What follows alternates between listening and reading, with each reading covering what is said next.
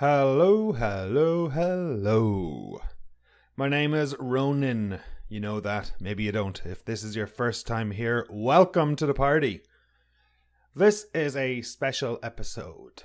I haven't done an episode like this in a very, very, very long time. And the name of this episode is A Catch Up with Ronan.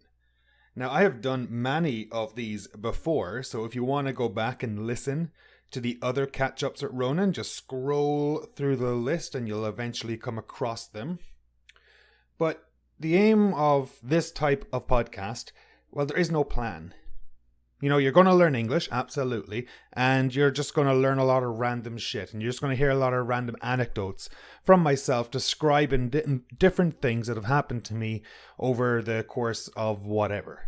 Now, as it happens, I'm actually going to talk about 4 topics. So I don't take notes, I don't prepare notes, I just have 4 different topics I'd like to talk about. And the very first topic is the end of my master's. The second one is marriage.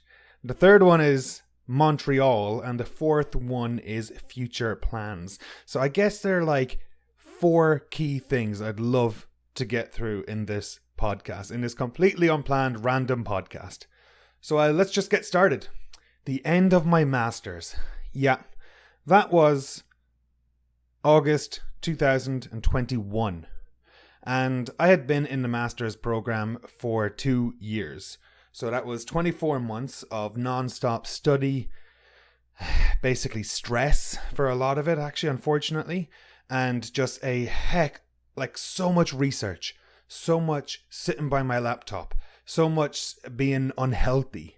You know, I led a very sedentary lifestyle where I wasn't very active. I would go for walks and I'd go for the odd hike, I guess. But especially in 2021, it really slowed down because that was when the masters really heated up. You know, I had conducted research in December 2020. I had gathered all the research in January 2021. And from January 2021 until about May or June of 2021, it was working on a thesis, which means that you need to have hundreds of pages of stuff written down. It is an enormous task to do. So the thesis took 6 months to do, and you know, you might have remembered I was living in Ireland for quite a bit of that. So myself and my then girlfriend moved back to Ireland, completed the thesis, moved back to Canada in about April or May 2021. And then it was the summer came around and, you know, the work had started to decrease in terms of volume, which was really nice. It was like perfect timing because once the thesis was written, it was just preparing for the interview. And the interview, our thesis defense as it's called, is where you, the student, give a presentation about your study and what you've done in the last 2 years in that study, in that research. And then the panel of 3 people, I think it was, all ask you different questions. So 3 people and 1 moderator from the university. So each panelist can ask me a question, and then it's 1 round, 2 round, 3, 4, however many rounds it takes until they're satisfied that you have done enough work to earn the title MA, you know, to get the credentials MA, essentially. So I wasn't worried about that at all. Here's the thing, like, I was going into an interview about something I created. And generally speaking, a lot of people would get anxiety over having to present your work in front of others. But for me, it was a walk in the park. Like, I had no bother doing that at all. However, the thesis, that drove me mad. And I know people who love writing, and they love writing thesis and everything like that, but it just drove me crazy, absolutely crazy. I hated it. It was an absolute labor of love. But just like, the one thing that really pissed me off about it was the formatting and how we use APA formatting. Long story short, this is a style guide for how you can type your thesis. Size 12, Times New Roman, page number in the bottom right corner. If you're doing a quotation, you do this. If it's a quotation with more than 40 words, you do it a little differently. And everything like that. And then when you get down to your reference list, which could be pages long, every single reference and citation must be perfect. And that was just painstaking work. It took so long because you have to go through every single sentence in your thesis multiple times. You've written it, so it's kind of hard to correct it yourself at times, and there's some stupid things you miss, and it's really annoying. Anyways, the writing of the thesis drove me mad. The interview, I wasn't fazed at all. I had no issues with that. The thesis defense, I was just excited to get it done. So I log on to Zoom because I was still during COVID, and I have my thesis defense. It goes on for about, I'd say, 3 hours maybe in total. I was absolutely relaxed. I loved it. The thing is, my girlfriend was outside the room and she was way more stressed than I was. She was way more stressed in the days leading up to the thesis defense. It was absolutely hilarious. And I guess it's just because I am not fazed at all by public speaking. Obviously. I'm a fucking teacher. It's my job. Like every day I stand in front of people and make a presentation basically. And I have done that for the last, 12 plus years or something. Like when I was in college in Ireland, it was the exact same. So no issues with presenting. I've also done drama my entire life. So yeah, I'm well able for it. But it was just funny to see the differences between myself and my then girlfriend. How it was like, I'm just so relaxed about the entire process. I'm just looking forward to getting it over and done with. Whereas she's like nail biting, absolutely nervous on it, not on her stomach kind of job. What would you be like? Who would you be more like? If you had to give a presentation in front of like 2 professors that you know and 1 outside professor, so someone who has no idea who you are, anything like that, they've read your thesis several times, who would you be like? Would you be like me and be like just chill, more relaxed? Or would you be more nervous about it? Would you have a knot in your stomach beforehand? It's always interesting to hear different perspectives on that. Anyways, long story short, I passed. I got my master's. Yay, go Ronan, go Ronan. Very happy with that. The end of an era in a way. For me, it was just like such a huge milestone, to be honest, that all that work was finally done and dusted out of the way. And I just remember pressing the final submit button after a few revisions, and it was just such a weight off my shoulders. That's the best way to describe it. How finally it was gone. I cast the ring into the fucking fire, and I was just like, done. And I had no idea what to do. That's the thing. I had no idea what to do with all that free time. And that's one thing I'll always remember after the Masters. I went to work. I got a job in the college teaching English. Love it. And because COVID was ending, the classes were back face to face. So that was really strange, going back face to face. Took a while to get used to it. But all of a sudden I had so much free time.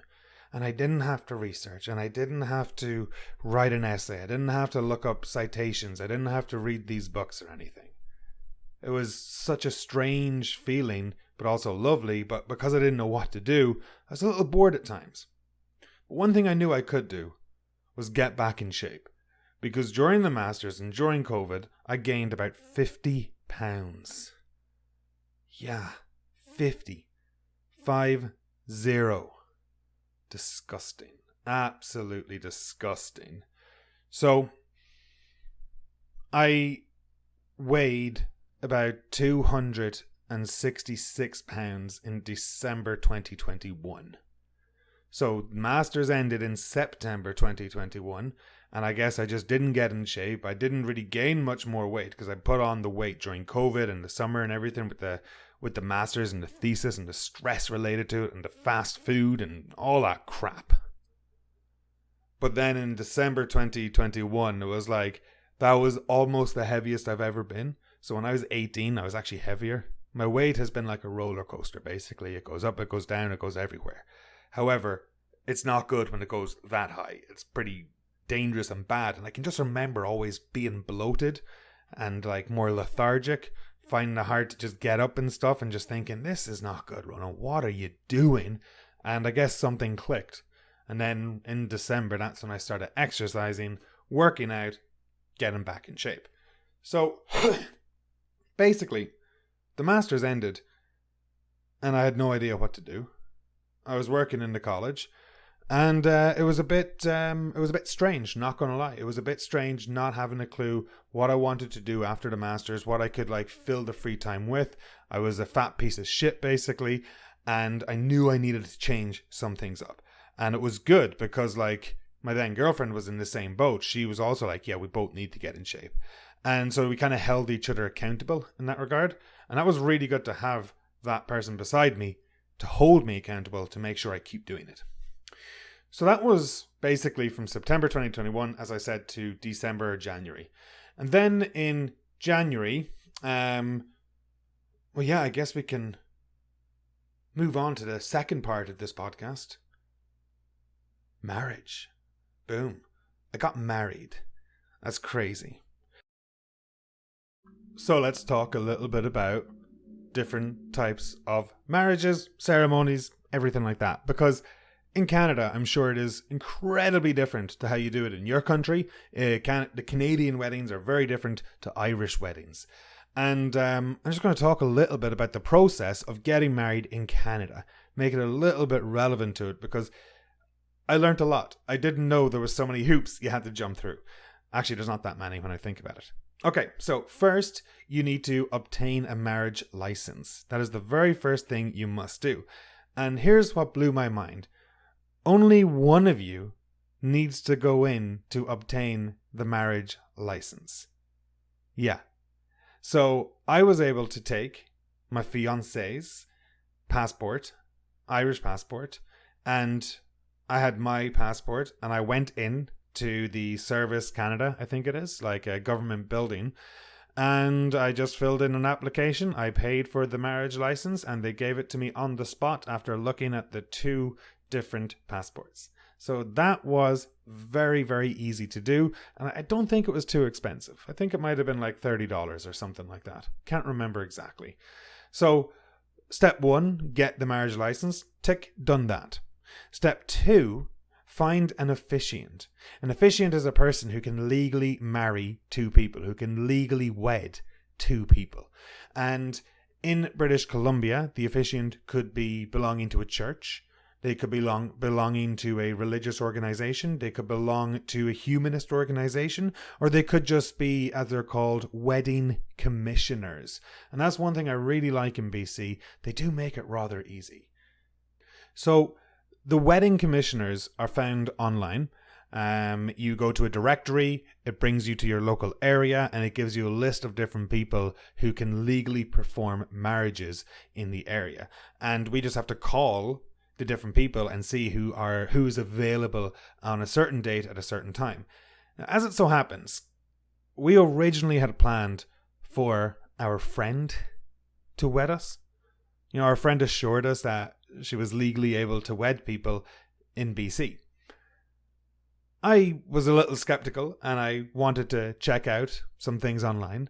And as it turns out, no, she was not able to wed people. And this is 5 days before the wedding. So 5 days before the wedding, we figure out that our officiant is unable to marry us. And that was just like, what? That was crazy. It was not fun at all. And that's why we had to go online, find the marriage commissioners in the local area, and we had to call 2 or 3 of them. And eventually we found a person who was free to come on Friday. And what they described it was, we told them the situation where we were planning to get married on top of a mountain. However, our friend is unable to do it. And the marriage commissioner on the phone knew exactly what we needed. And she called it a signing ceremony. So a signing ceremony is quite literally just a very, very, very short ceremony where there is 2 people who are going to get married, 2 witnesses, and a marriage commissioner. And so we arranged to meet this marriage commissioner on the Friday morning. So we were originally planning to get married on the Saturday. We ended up getting married on the Friday. And it was an incredibly short ceremony. It was just outside in a nice park. It took about 2 minutes in total, I think. We kissed, we sealed the deal, we signed the papers. Life is good, husband and wife. So that was pretty cool. And just 2 witnesses, or 2 really, really, really close friends. And yeah, we took some photos, and that was it. So that was like the experience of officially getting married. And it's a very, very straightforward one. The marriage commissioner, we were talking to the marriage commissioner, and she informed us how this wasn't a late request.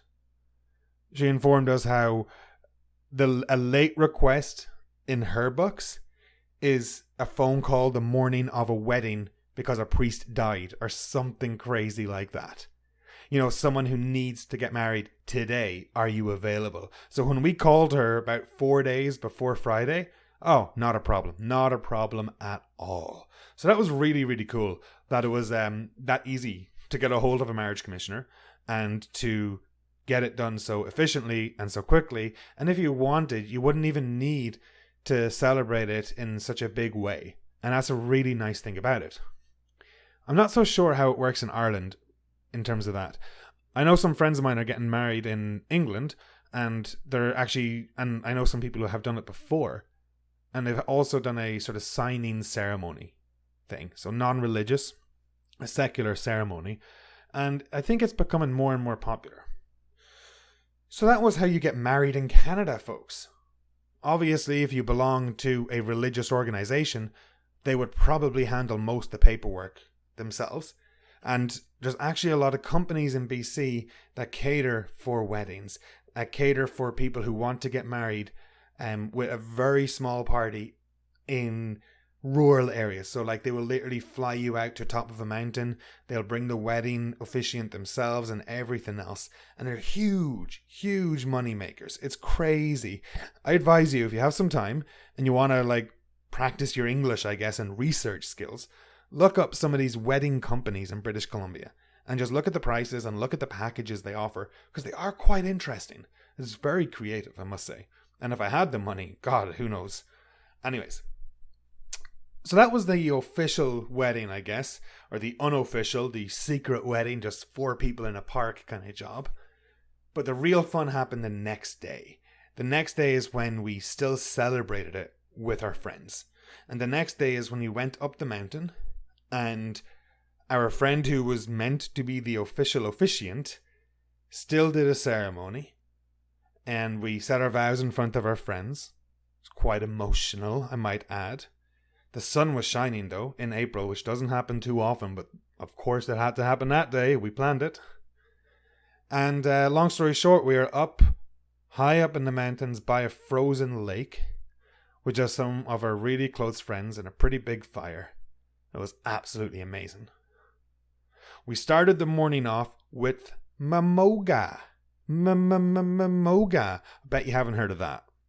Mamoga is mimosas and yoga combined. So you do your yoga, but you always have to have a mimosa on hand or near enough that you can downward dog into it or something. So Mamoga. So that's how we kick the day off. And if a day starts with Mamoga, you know it's going to be a fun day. And so we all did Mamoga. Well, actually, no, we all didn't. The girls did Mamoga, the boys drank and watched them do Mamoga, I guess. And then we all started cooking food and cooking breakfast. And this was the beautiful thing about it, because for a traditional wedding, you would have catering. You might have a reception in a hotel or something. But we were on top of a mountain in a pretty big lodge with a lovely kitchen to cook with. So we all just brought up our own food and had a giant potluck. Now, my wife and I had gone into town and bought some lovely meats from this nice barbecue joint. So we brought up some good food as well. But overall, it was about, I say, 70% homemade food, which was really nice and something that we'll never forget, because in the morning when we're all preparing the food, it's a huge kitchen and the music was pumping and it was just such a good vibe. It was such a vibe.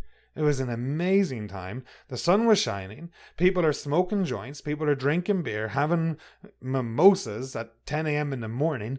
And it was just like, this is going to be a great day. And it was. It was just such a fun party all day. So we wake up, we do the mamoga, and then we go into we go down to have the ceremony by the water or by the ice. It was starting to melt, so there was a little bit of water.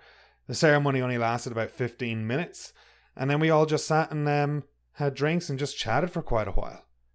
And then eventually we made our way back to the main lodge, pumped up the music, and just had a big, giant barbecue with a fuck ton of beer, weed, everything. It was just wonderful. And you know, we stayed up, I can't even remember how late we stayed up, but because we were going from so early in the morning, it would make sense that we would turn in fairly early. So overall, it was wonderful. Total of 8 people there. We always wanted to keep it small, and there was my best man +1, bridesmaid +1, and then the officiant +1, and that made up 8 people. And it was very nice to do such a small, intimate wedding on top of a mountain like that. Obviously, logistics were a little more difficult being on top of a mountain, but we made everything work. And it was just such a fun weekend. The next day, my new wife and I, which I'm getting used to it now. It's been 6 months or so. But we went to a lovely resort called Sparkling Hills. Now, there's a research question for you. Go online and look up Sparkling Hills, Kelowna, or Okanagan. It is a beautiful spa. An absolutely gorgeous hotel and spa. And you go in, you check into your room, you get a robe, and you're expected to wear the robe. And that's it, like obviously togs underneath or shorts. But you're expected to wear the robe to breakfast and everything else, and you can just wander around. There's something like, I can't remember, like 9 steam rooms and saunas downstairs, all different temperatures. There's an indoor and outdoor pool. There's massages. There's everything like that. It's such a beautiful spot. And so we booked 2 nights because it was the local season deal. Now, normally we can't afford a place like this, but we wanted to splurge a little bit. And because the wedding was so cheap itself, it was like, let's just do it. Let's go for 2 nights. So we arrived to the hotel and they tell us the room isn't ready. So it's like, okay, that's fine. We'll just go and have a drink in the nice German themed bar. So we go down, we have a beer at the disappointing bar. Not going to lie. Talk about that another time. But when we get back upstairs, because we find out our room is ready, we get given the key, walk down the hallway, I open a door, and I freeze. And I'm thinking, this can't be right. This is not right. There's been a mistake. And immediately I ask my wife what's going on, and we walk into the presidential suite of one of the most luxurious spas in the Okanagan, in BC. And we're thinking, what the fuck? And I'm freaking out because I'm like, we can't afford this. This is going to be more than our bloody rent or something like that. And I just needed to make sure that we weren't going to get charged for it. So it's like I immediately get my phone out and I just like, wait a second. Because my wife says, look at the bed. And on the bed, there was a load of rose petals and a sign, like a little note that said, congratulations on the marriage or something. And we were like, okay, maybe it is for us.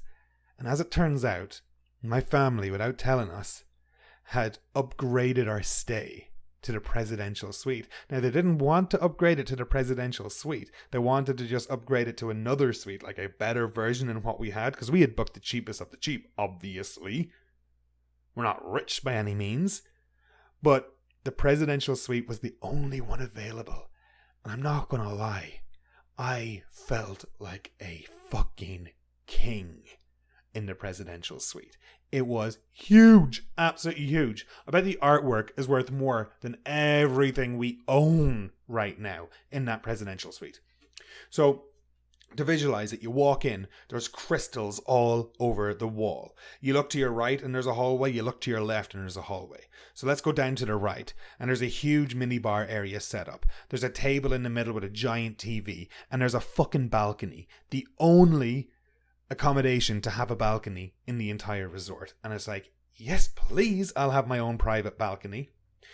If you decide to go left as you enter, you go towards the bedroom. A huge bedroom, 2 giant queen-size beds. Kind of wish it was a king, but we have 2, so it's not too bad. And then you go into the bathroom.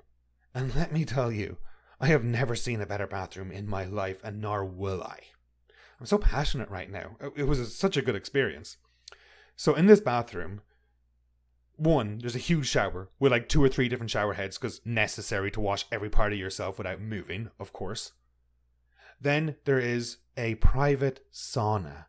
Yeah, we had our own sauna. So we didn't need to go downstairs and mingle with everyone else, with all the commoners. We were able to just stay in our own penthouse suite if we wanted. And we had our own sauna and steam room in our apartment, basically. I'm going to call it an apartment. The bath was absolutely ginormous, like 2 people easily able to fit into it. And I mean, like, that's rare for me. I'm rarely able to fit into any bath. So the fact that 2 of us were able to get in, unbelievable. And of course, the toilet. Well, I was blown away by this. Absolutely blown away.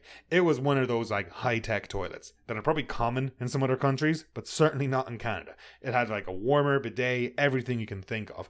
The entire place was absolutely crazy. It was the Ritz. It was the bee's knees. It was heaven. Like absolute heaven. And when we originally went there, we had planned to be healthy. We were going to drink lots of water. We're going to cleanse ourselves in the sauna and all of this stuff. And as soon as we realized that we're in the fucking presidential suite, I just walked over, picked up the phone. Hey, room service. I'm going to need 4 beers, please, just to get started. And it was an amazing, amazing, amazing time. Absolutely sensational. Loved it. The saunas downstairs were amazing. They go from a traditional Finnish sauna of 90 degrees Celsius. There's a few other ones. Then there's a few steam rooms as well. So the entire thing is just so relaxing. And I mean, you do a round in the steam rooms and saunas. You go back to the room. You just chill for a while. When you're ready, you go back then. You go out to the pool. It was very difficult. The only issue was, when we got back to our home, our dingy apartment in Kelowna, we felt like shit. Felt like shit for 2 days. And we're just I want to live like that forever. I want to just have that experience every fucking day if I want. So, yeah, it was so much fun. So long story short, got married, had an unbelievable honeymoon, and then just got back to regular life, Nothing fancy, no round the world trip or anything like that. We'll do all that later. We're always doing other stuff though. So speaking of traveling, let's talk a little bit about Montreal. Montreal is a city in France. Oh my fucking God. I said that so convincingly as well. I do have to concentrate when I do these podcasts. Otherwise I say stupid shit like that. Okay. Montreal is a city in Quebec, Canada. Whew. And it is an absolutely gorgeous city. It is French speaking, hence the mix up. And I was there for a concert recently, specifically a Rammstein concert. So I don't know if you've ever heard of Rammstein. If you haven't, look them up. Unbelievable metal band from Germany. The fact is that they're so well known around the world, they sell out shows everywhere, and they don't even sing in English, which to me would be quite impressive, that in Canada they still have that huge following. And anywhere they go, absolutely massive. Not only that, Rammstein are known for their pyrotechnics. They're known for putting on a good show. They're known for being absolutely fucking wild when they get going. And the show was out of this world. So I guess we're just going to talk about that first, because the show was sensational. I've said that a lot tonight. So we go to Montreal for the purpose of seeing this concert. And I had never really listened to Rammstein or anything like that before. However, my wife loves them. Absolutely fucking loves them. And when she found out they were playing in Canada, it was buy a ticket immediately. And that was a year and a half ago. It got cancelled first because of COVID, and then something else, and then finally in August 2022 it went ahead. So we get to Montreal and we end up going to the venue. But on the day of the concert, it was terrible weather. It was a huge storm in Montreal. And we're talking like thunder and lightning, heavy gusts of wind. And when I talk about rain, I'm from Ireland. But this rain would give the rain in Ireland a run for its money. I am not joking. I was saturated. Everyone was saturated. As we were making our way towards the train or the metro to get to the island where the venue was, we would go from bar to bar in between rain showers. And we weren't alone. Everyone else was doing that because there were so many people going to this venue from the location we were at. Anyways, we get to one bar and it's a heavy metal bar and obviously everyone there is going to the concert. We get on the metro, hop out to the island in Montreal where it's at. Pretty cool, gnarly spot. Absolutely beautiful outdoor concert. And we're waiting in line to just get into the venue. And then, of course, the heavens open up again. And because you're in line, there's nothing you can do. You can't run, you can't move, you can't go for cover. Thankfully, we had ponchos that we bought that morning. So we put on the ponchos and we just stood there. And everyone else just stood there. Some people were laughing, some people were dancing. But everyone was just accepting that there's nothing we could do, that we were going to get soaked. And I am not joking. It was some of the worst rain I've ever experienced in my life. There was like a little river flowing under our feet in about 20 minutes or less. It was absolutely insane how quick it came. The thunder and lightning was huge. People were worried the show would be cancelled. Thankfully, it fucking wasn't. So eventually the rain stops, the concert opens up, everyone's able to go inside. We grab a beer, very expensive beer too. Hey, you're on holidays, why not? And the show, the arena eventually starts to fill up. And that's when it really started to hit me. This is the first live music event I've been to since COVID. Like, over the last 2 years, I hadn't been in an environment like this. There was about 50,000 people at this concert. Like, I can't remember the last time I had been in a room with more than 100 people, for example. I'm not into nightclubs. The bars here aren't really that type of bar. I haven't checked out the local music scene. It was dog shit during COVID, obviously. So it was very interesting to have that vibe again and to feel the atmosphere and to just be surrounded by strangers. It was something oddly calming about it, will I say? Oddly calming, we'll go with that. And then the music started. And Jesus fucking Christ, it was so amazing. I mean, you can feel every beat. The pyrotechnics were insane. We were standing very far back, but we absolutely felt the heat from the pyrotechnics. So if you were any closer, you were probably going to get like your eyebrows singed or something. And I said earlier to look up Rammstein because their shows are out of this world. The whole thing is a spectacle. And it's like not just them playing music, it's all the crazy shit they do in between songs or during songs. So we went to this crazy concert in Montreal and had an absolute blast. Loved it. Live music, yes, please. Didn't know how much we missed it. So, now Montreal itself is a beautiful city. A very, very old city in terms of Canada. We went to the old town. All I wanted was a croissant and a coffee, which I thought would have been easy. Turned out it was quite impossible to get, especially in the old town. It's more touristy, I guess. So we had to shop around and look for some of the more local spots. And once we found a local sort of food court of independent places, that's where it was really good. That's where the food was excellent. And that's where we noticed a lot of people who were obviously working in the area were eating there. So to us, it kind of made us think, you know, the locals go here, so must be something nice about it. But overall, Montreal is a nice town. Very easy to get around. There's the buses, there's the underground. Everyone does speak French. Everything is in French there. So French is the first language. And most people speak English. We had no issues going around speaking English. Checked out a few of the bars in the night scene, which was pretty fucking cool. Would love to go back and go to some more jazz bars or something. You know, we didn't have as much time in the city as we wanted. We really only had like 1 or 2 nights, I think it was. So, But overall, I'd recommend Montreal. Beautiful city. Now, the last thing we're going to talk about in a catch up with Ronan, future fucking plans. Yes. Big changes. Not really, but kind of. So, lost a lot of weight, which is good. Back in shape. Did a lot of hiking in the summer. Loved it so much. Spent a lot of time in the mountains. A lot of time in the lake. Swimming. I'm a little upset that the lake is no longer very warm, so not swimming as much or not swimming at all. So I need to get into more running and hiking. And that's actually one of my plans, is to get back into running. So I plan to get back into. I really want to get back into running, actually. And I wouldn't mind setting my goals for like a 10K race. I've never been much of a runner. You know, I've always been a swimmer, a hiker, or anything like that. Even a cyclist. But a runner, no, I've never been a super strong runner. So that's one of my first goals. Apart from that, in terms of Little Seal English, definitely trying to push it to the next level. You know, definitely trying to get Little Seal English out there. I kind of disappeared for a while, but now I'm trying to get back more consistently.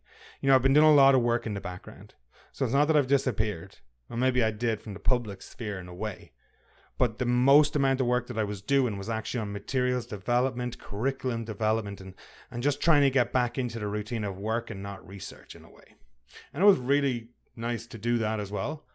But now I want to do more of this. I want to do more podcasting. I want to have more of a consistent podcast, and I want to sell transcripts.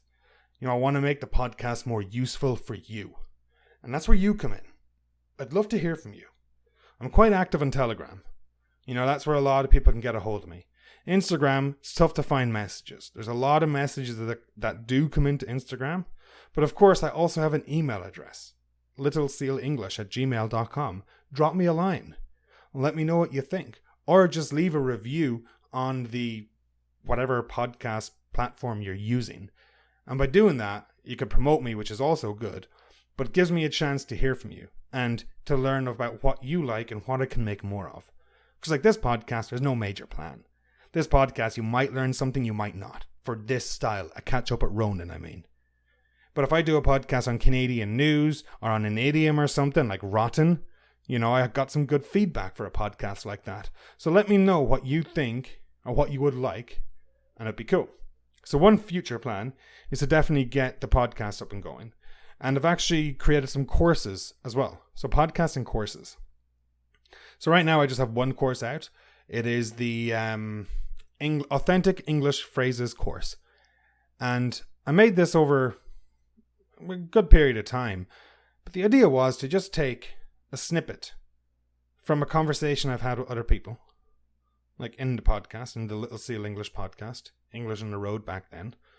And to teach you one little authentic phrase of English. So for example, one of the phrases is big on. To be big on. And it's in a podcast with Shireen, an English nerd. Check out her page, really cool. Cool website, everything. And she says, oh, my family are not big on Christmas. And for me, that was one of the first times I heard someone say big on. And then I started to hear it more and more and more. And I was like, okay, people need to learn big on. And so then I took out that little snippet, I turned it into a little bit of an English lesson, and that is what I currently have online in terms of courses. And that one is available on buymeacoffee.com/littleseal. So if you go to buymeacoffee.com/littleseal, it will give you options and show you. I have a lot of free content up there. There are some transcripts there. Not all of them, not yet. I'm trying to figure out the best way to do it. And there are courses, and there's obviously free samples. So that's one thing that you could do. And one thing I want to do more in the future is make courses. So if you have an idea for a course, let me know, and I'll see what we can do. It'd be a lot of fun to do one by request. I actually have an upcoming course that I'm planning to run in November, And it's going to be about making a presentation, a compare and contrast presentation to be specific. And that's the entire aim of the course. And there will be a live component too, as well as group classes. So it's not one-to-one, more of a group atmosphere. But there'll be more information on that soon. But yeah, the future plans are basically to keep doing what I do, which is what I love, which is teach English and make materials. Thankfully, I have a job that can support the work I do, so I'm not totally reliant on Little Seal English, which allows me to be more creative, but also kind of slowed me down for a while. You know, I got comfy. I got into my comfort zone a little too much, but now I'm out of it, and I'm really trying to run away from it, and I'm really good at that. So it's good. Quite motivated these days. Yeah, that's a great way to finish it. Bye.